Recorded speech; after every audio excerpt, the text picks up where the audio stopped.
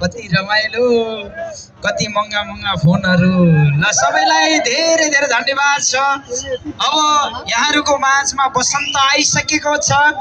चैत्र 22 गते, इङ्ग्लिसबाट कति रे? इङ्ग्लिसबाट अप्रिल 4बाट संसारभरि बसन्त चलचित्र लागिरहेको छ। तपाईँ हामी सबैको कथा बोकेको सुन्दर चलचित्र हेर्नको लागि सबैलाई सर्वप्रथम त हार्दिक अनुरोध गर्दछु।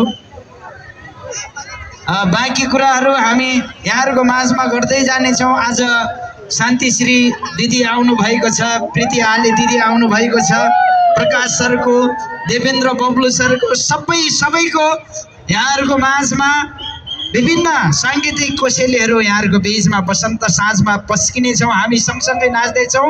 कतै नजानु होला र सबै परिवार लिएर चैतको 22 गते यहाँहरू नजिकैको चलचित्र हलमा पुग्दिन हुनको लागि पनि म हार्दिक अनुरोध गर्दछु। धन्यवाद। बाँकी अरू हामी बोल्दै गर्नेछौँ हैन दाइ? ल धन्यवाद।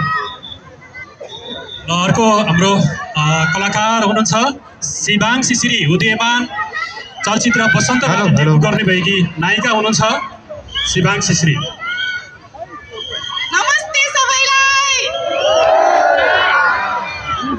सबैजनाले एकदमै धन्यवाद यहाँ आइदिनु भएकोमा र सबैजनाले इन्जोय गर्नु होला र चैत 22 गते बसन्त हेर्न नभुल्नु होला। हुन्छ? Okay, thank you.